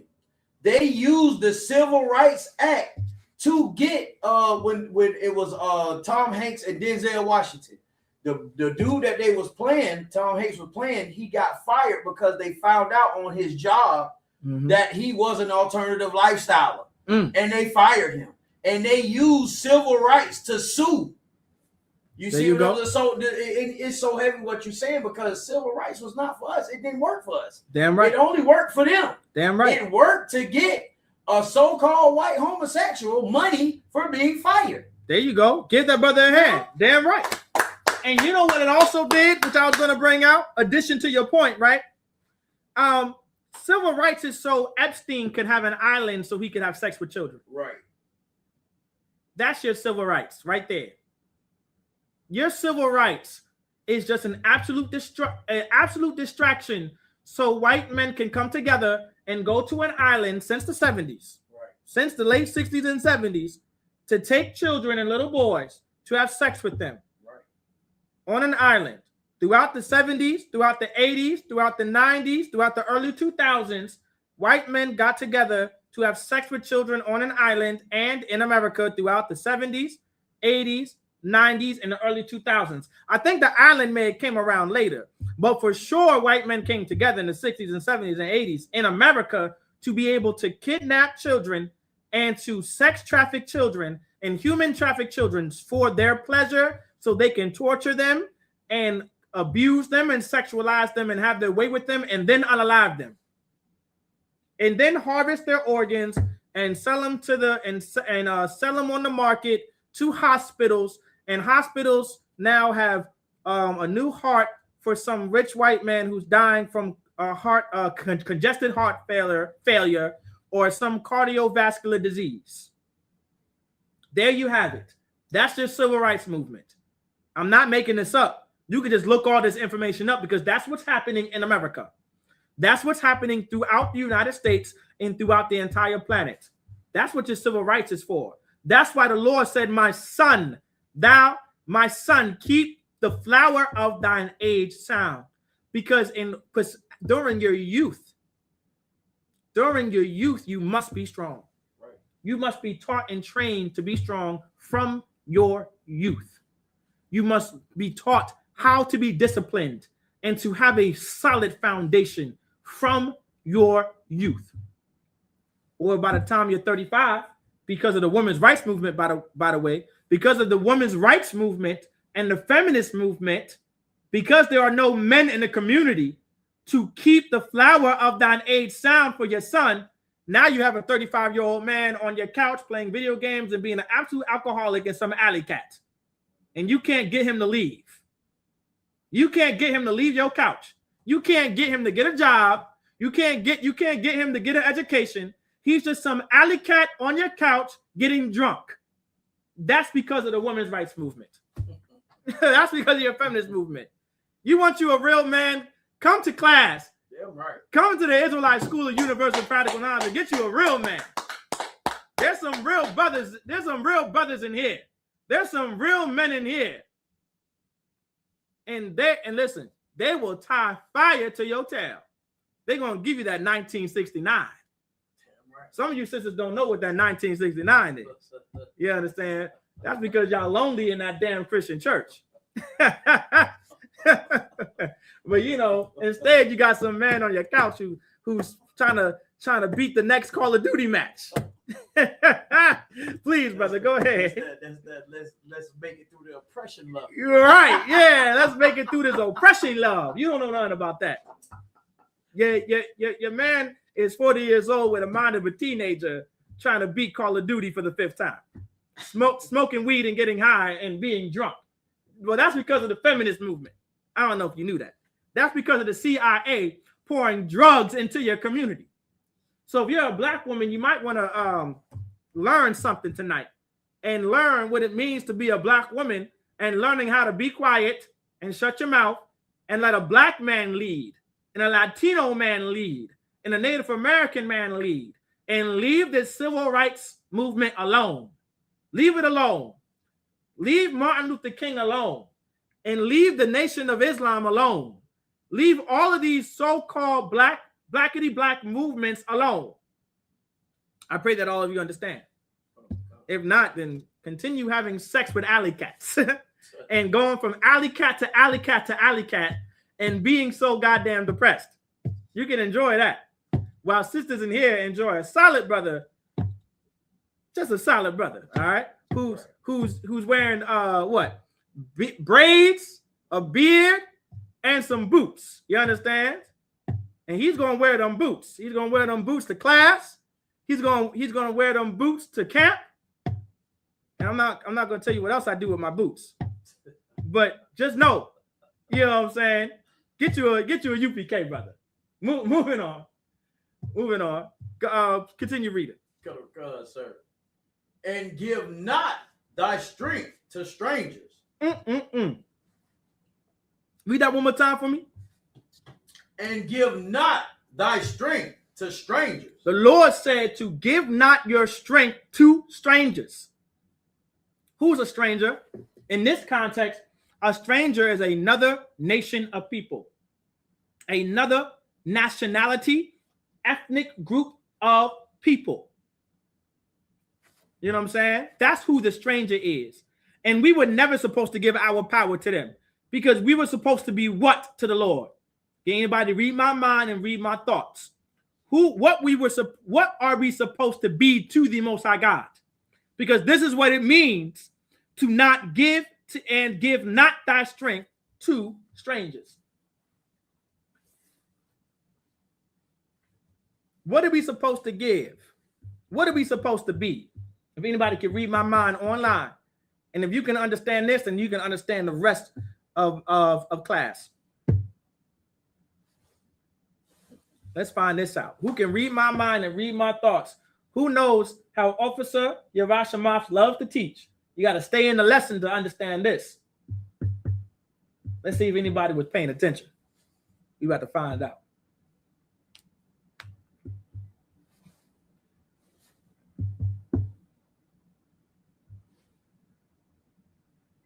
Okay, loyalty is a good answer, but that's not what I'm looking for. We spoke about this in the beginning of class. I'm giving y'all too many hints now. At least I believe so. What are we supposed to be? What does it mean to and give not thy strength to strangers? What did the Lord say for us to be? What are we to the Lord? I've given y'all too many hints by just saying that one line. Let's find out. Anybody paying attention? because this is essential to understanding the entire breakdown. Keep in mind, I'm proving to you tonight historically that the civil rights have nothing to do with black people, nor Latinos, nor Native Americans. It was absolutely for white people. White people needed to know that we were human. White people, our oppressors, needed to know that we had rights as humans, as human beings, and we can eat wherever we want to, when we want to, where we want to, how we want to. You understand? And we could be where we want to, no matter what time of the day it was, nor what time of the night it was. We can be there. However, our oppressors needed to know, oh, you can't just unalive this black man simply because he's here in your town at this time of night, or he's just outside at this time of night. You can't just unalive a black man simply because he's walking on the wrong side of the street.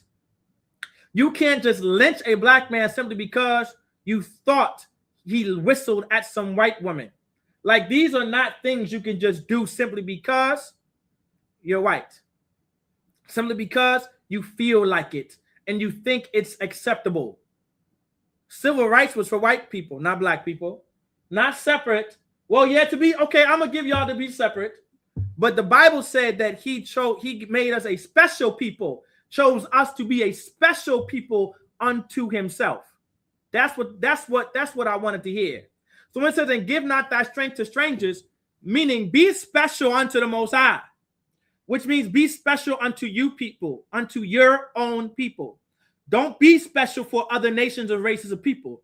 Give your strength to your race of people. So I'm gonna give y'all credit when it comes to being separate. All right, and that's a good answer. That's a good answer. So you guys were right there because I did pull Deuteronomy chapter 7, verse 6. So I'm gonna give you guys that answer. You guys are right on the money for that one. But I'm gonna give it to you for time's sake, is to be a special people unto him.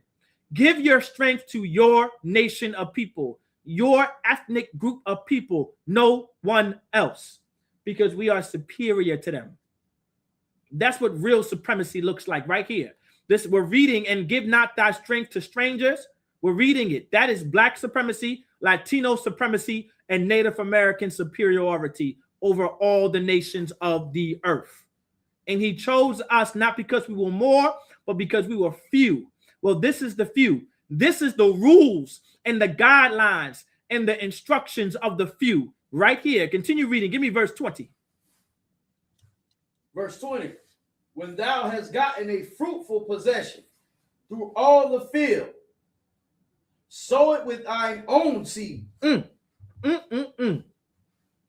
Start that from the top.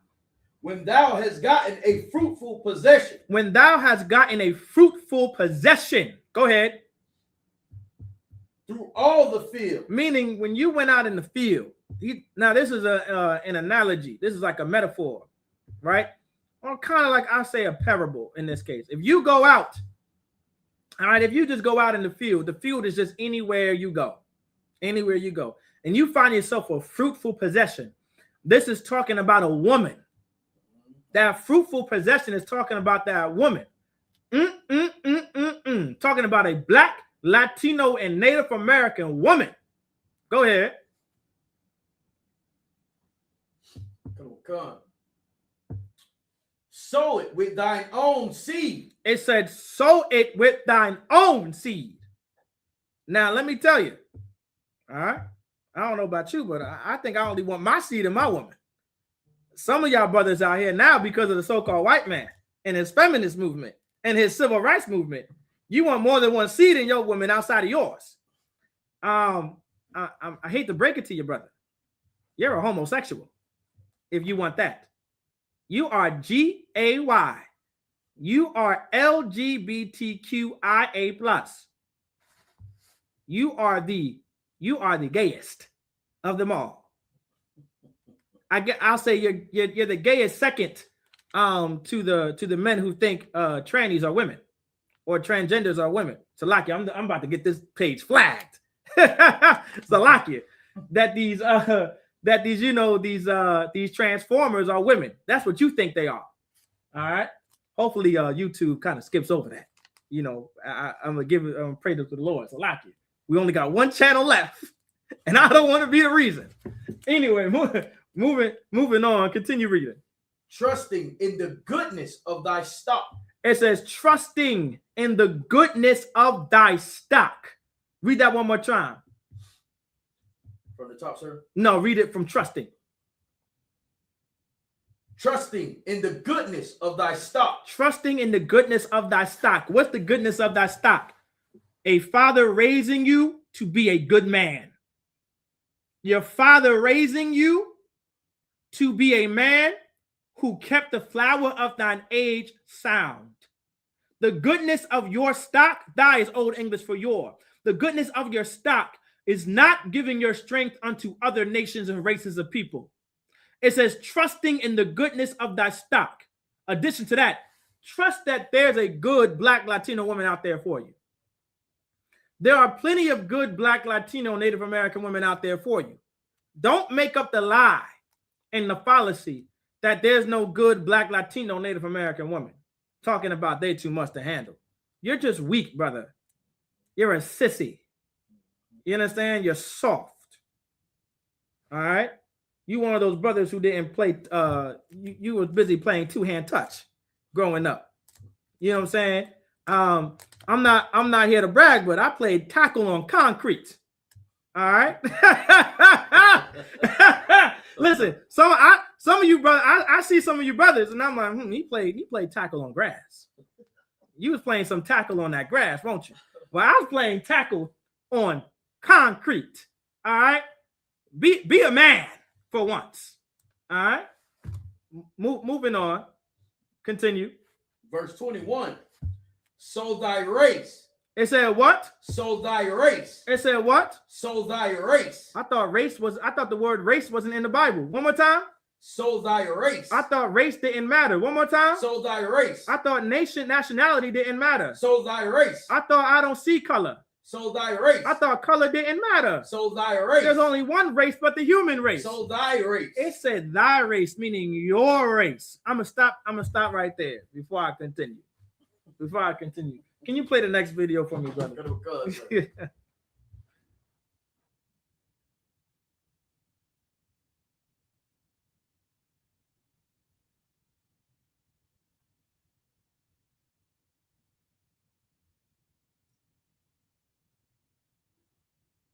It's gonna make you you're gonna have to unshare it because then you're gonna have to share this page instead.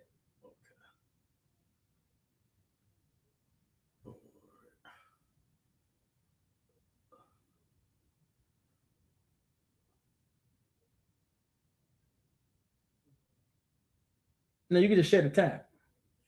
The one. The tab you want to share is the YouTube. Now YouTube up. Yep, come on. You can go ahead and skip that. Y'all put a One West in the chat if y'all can hear it. Go back to the stream, y'all. So I went to St. Louis, Missouri the other day. Had Black Panthers from all over the country. Let me know in the chat. Give One West if y'all can hear it. They had now this is Reverend Adam Clayton Powell. Grease guns, Lugers, 25 of them, all armed. And the chief of police met me at the airport when I arrived, and they were there, right there at the steps. He said, "You were violating the law." No sign of Christ. Yeah, we're violating the law. He said, "We're tired of our white and black leaders, Jackie and Martin and Bobby being killed. We're going to protect this man while he's here." And they didn't arrest one of them. Because they said if you arrest one, then someone's going to die because we are ready to kill. Black power means black dignity. Just as surely as you're proud to be white, we're proud to be black. Black is beautiful, baby. It's pretty. I always say to my brothers, I say, baby, don't worry about the white chicks. We got everything from chalk to charcoal in our own race. You know, see? Black is beautiful. Black is beautiful. Black power means dignity. Means we're going to walk side by side with you or through you. We're going to be with dignity and integrity. We don't want any more than you have, And we're not going to accept any less than you have. That's black power.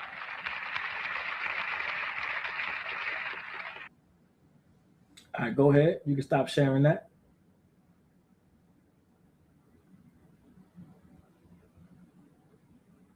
Okay, so now you guys heard the video, right?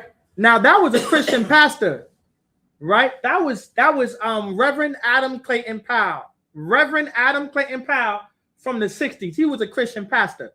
That's what was being taught in the Christian church before Martin Luther King and while Martin Luther King was brought forth into power in relation to being the spokesman and the voice of black people that we never asked for.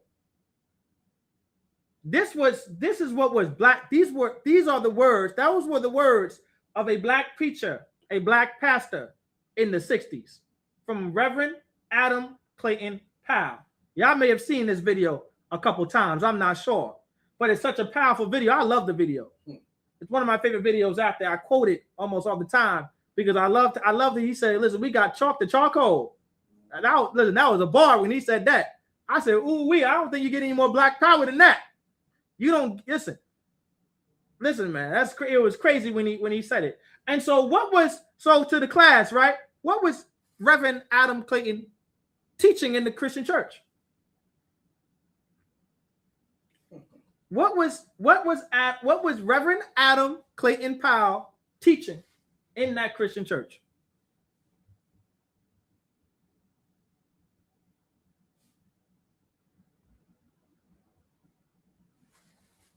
Let's see who's gonna get this. Let's see who was paying attention to the video. What was he teaching? Let's find out. Let's see anybody was paying attention right here.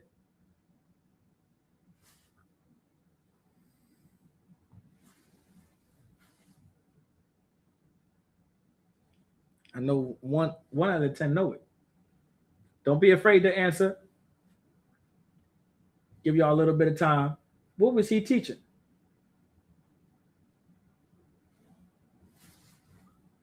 What was Reverend Adam Clayton Powell teaching?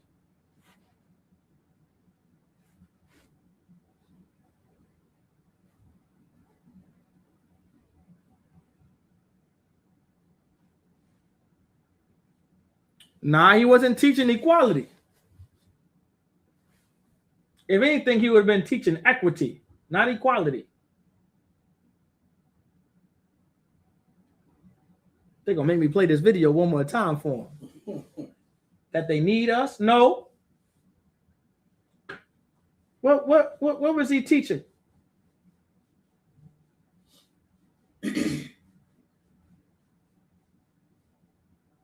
Listen. Hopefully the brothers and sisters was walking with me in the class. You know what I'm saying? Okay. I don't think anybody was following. Some of them was asleep. Some of them just woke up. Some of y'all just woke up, huh? Some of y'all just got out the slave and took a nap and took a power nap and woke up, huh? No sweat. All right. So I'm gonna teach you. For time's sake, I'm gonna just give it to you, right? If anyone gets it from me, just let me know, right? Reverend Adam Clayton Powell in the replay, please. All right, sure. Listen. No harm, no foul. We'll replay it one more time. We'll replay.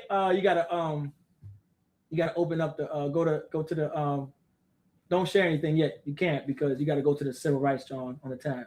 So go to the email first. Go to the email first. Yeah, don't share. No, don't share. You don't need to share it. Come on. Yeah, let's go to the email first.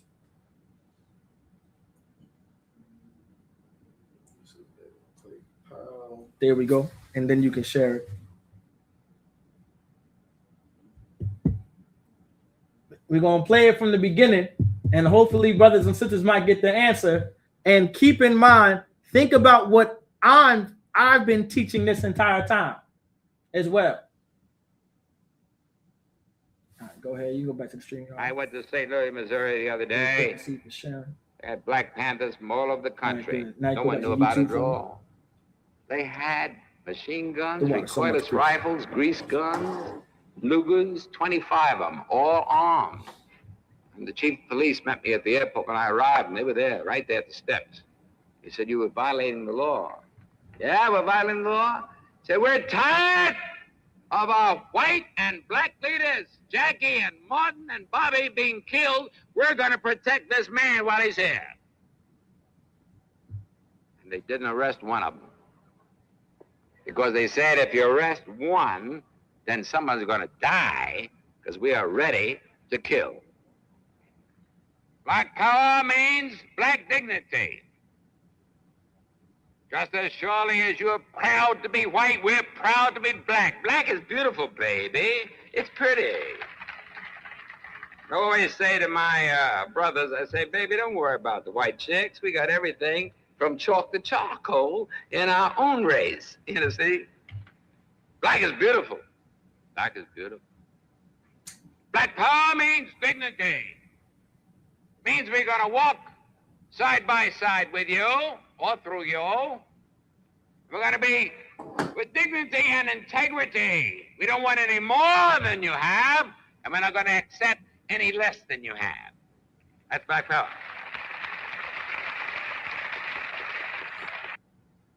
All right, now go ahead. You can take that off. All right, so now anybody want to give it a shot now? I played the video twice. I ain't gonna play the third time, so we can get through the class. I don't got that much time left. Only got but 17 minutes, and I want to end on time. At least I would like to end on time. All right. What was Reverend Adam Clayton Powell teaching in the Christian church in the 1960s?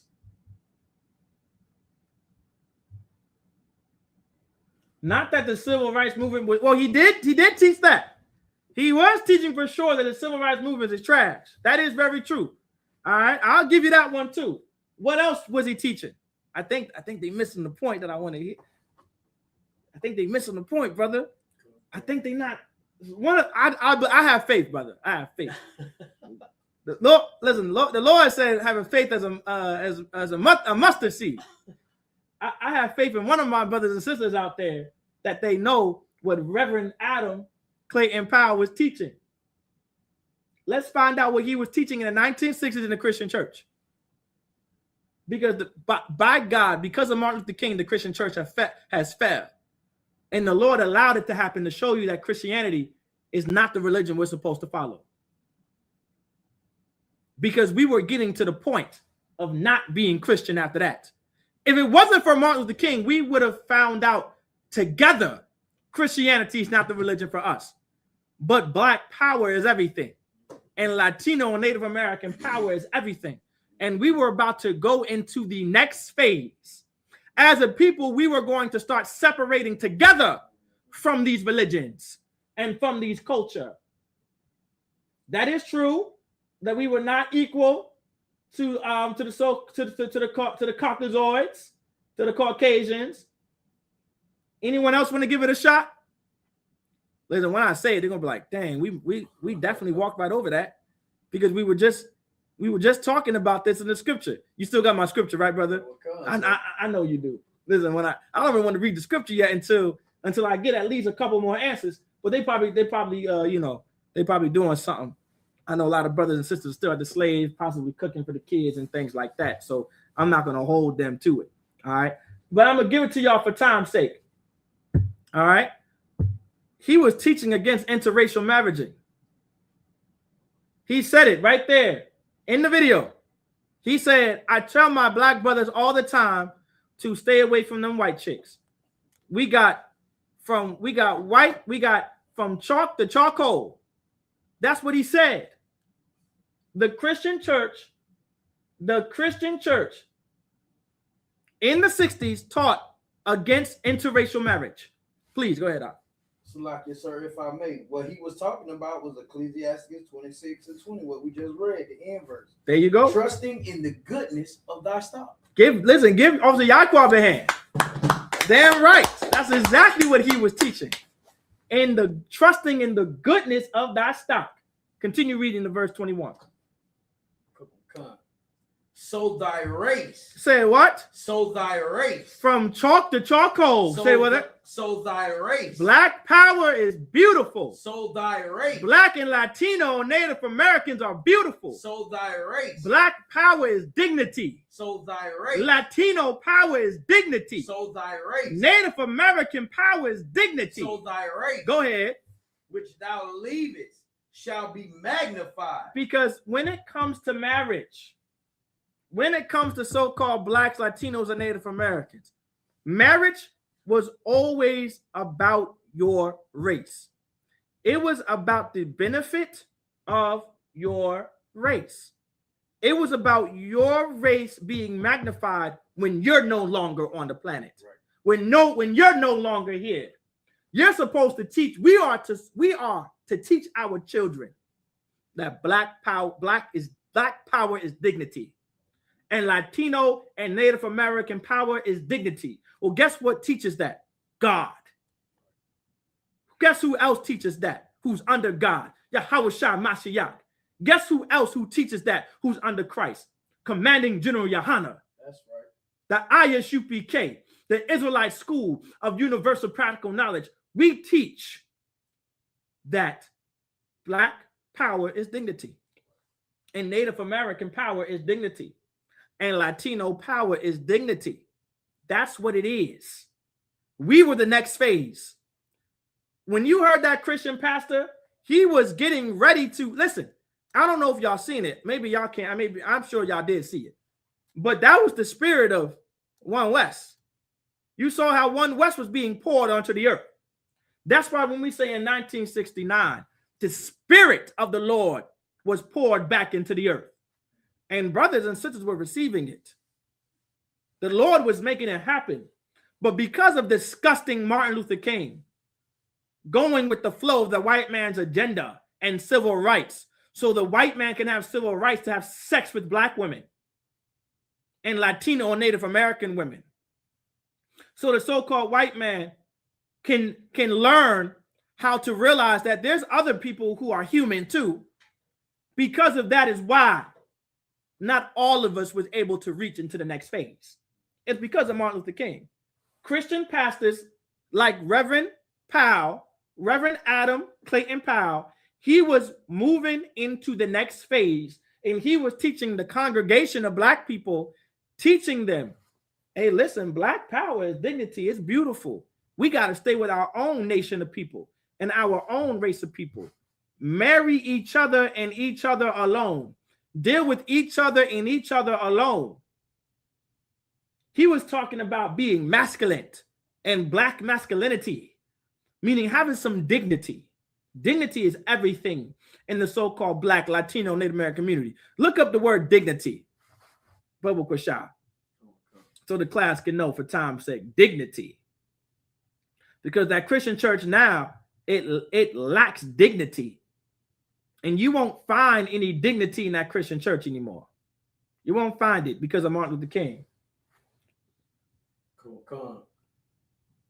The word dignity, the state or quality of being worthy of honor or respect.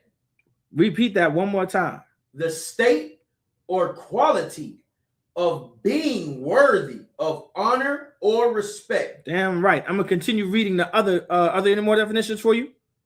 Or is it just that one? It's that one, and then you got the one in the Merriam-Webster dictionary. Give me that one. That's the one I want. Formal, reserve, or seriousness of manner, appearance, or language. Go to 3. High rank, office, or position. And give me B.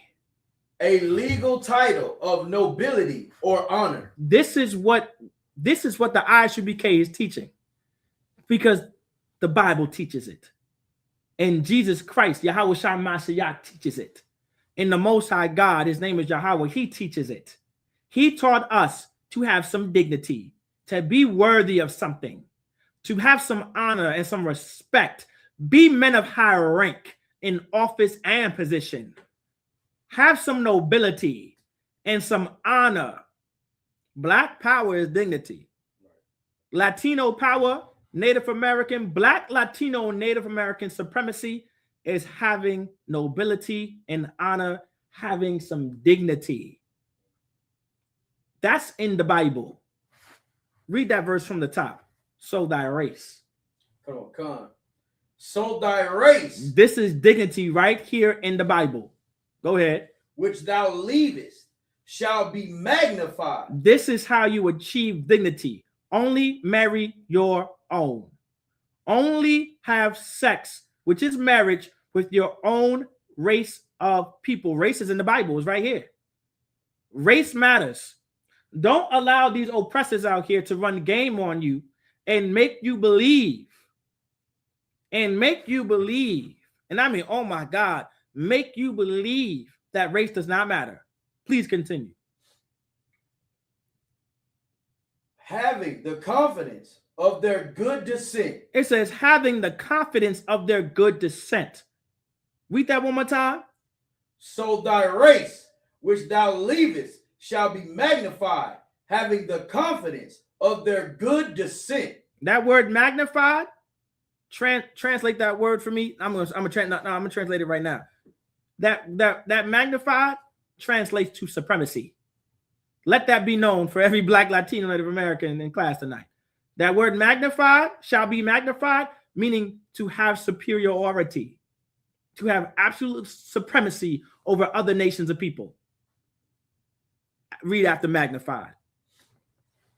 Having the confidence of their good descent.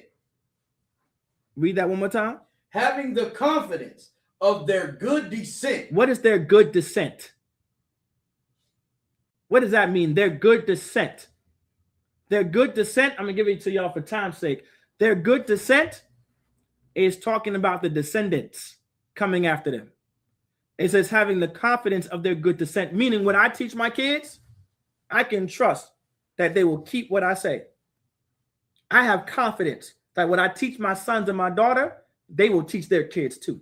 And their kids will teach their kids. And their kids will teach their kids. And one day, we're going to have some Black power. We're going to have some Latino Native American power. We're going to have some Black, Latino, Native American supremacy up in here on this planet over all nations of people like God intended us to have.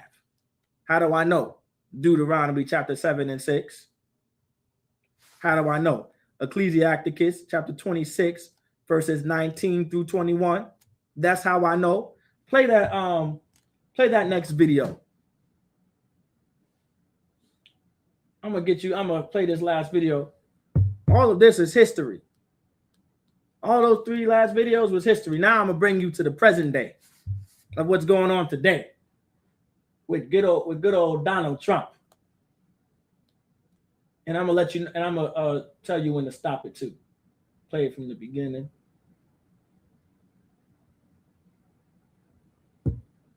And we're gonna end it with this.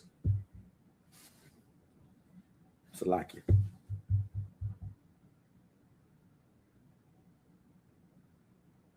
Nugget from President Trump's 3-hour interview with the New York Times. He told reporters civil rights led to white people being, quote, very badly treated. The Times characterized his comments as a blunt distillation of his administration's racial politics, which rest on the belief that white people have become the real victims of discrimination in America. Here's what the president said when asked about race and his immigration policy. I want to ask if part of your immigration agenda is also aimed at changing the racial makeup of this country. No, not at all. Is part of this agenda aimed I at just want people that love our whiter country. as well? It's very simple. I want people that love our country. I want people that respect our country, respect the laws of our country. Joining me now, our friend Eddie Glaude right, Jr., Princeton University professor and MS Now contributor. That's all I wanted from that It's video. good to see you as we look ahead, Eddie, to tomorrow, which of course.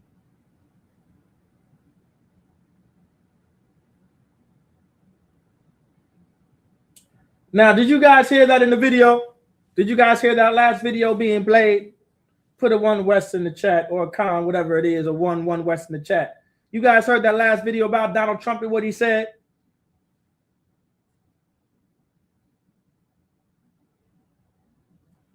So Donald Trump in the video was talking about our oppressors, a white man like himself. He's being oppressed by that Civil Rights Act. he feels like his race of people, his nationality, his people are being treated unfair because of that Civil Rights Act. You want to know, and let me tell you how evil our oppressor is.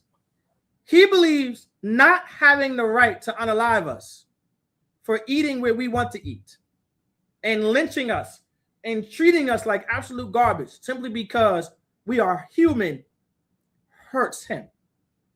It's like oppression to his soul. You understand? Like it's oppression for the white man to not be able to unalive you. It's so like, oh my, it's such a burden for him. He's such in pain and so much suffering, and there's so much conflict in his soul that he's not able to put you to death because you're black. It's like, oh my God, I'm not able to unalive this man or this woman. I'm not able to take advantage of this man or this woman. Oh my God, this is horrible. This is not fair. This is not America anymore. You know what he just told you? He just taught us tonight that America is all about hurting blacks, Latinos, and Native Americans. That's what it means to be American. The rights of white men and women is to hurt black men and women, and Latino and Native American men and women. That's what being American is all about. That's what it means to have civil rights. To have civil rights for the so-called white man is to oppress you and to take advantage of you and to do you so dirty, to commit identity fraud on you, to scam you, to fraud you, to oppress you, to unalive you, to throw you in county, throw you in prison, throw you in jail, pour a bunch of drugs in the community. That is civil rights for the so-called white man. That's their civil rights. To be able to have sex with your women and to oppress your men. That's civil rights for the so-called white man. Is to have sex with black, Latino, and Native American women while black, Latino, and Native American men are strung out on drugs. And sons growing up without fathers. And daughters growing up without fathers. That's civil rights for the white man. Civil rights is so you never grow up not knowing who your father is. That's civil rights for the white man. That's what Donald Trump just taught us tonight. He said it hurts us. We're not being treated fairly, because being treated fairly to the white man is being able to hurt you. That's what it is. There's no other way to explain that. There's no other way to address that. That's what it means for the white man to have civil rights. I pray that every last one of you understand. With that, I pass the class to Officer Yaquab. If you can get these announcements, Baruch Rashad, the water for y'all brothers and sisters for coming to class tonight. The water for you brothers and sisters.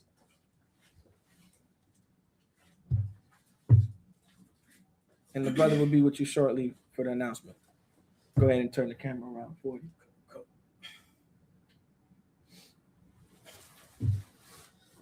ISUPK security announcements. We are the ISUPK, started out of 1 West, 125th Street, Harlem, New York. Roof for new brother and sister. When a new brother or sister comes into the school, they are off limits for a year. They are to be saluted only. They are here to shed themselves of the world. They need transportation. The teacher will arrange it. After a year, if a brother or sister has interest in a particular person, he or she must get permission from the head to speak to a brother or sister. There's another 6 months in which the brother and sister will court each other.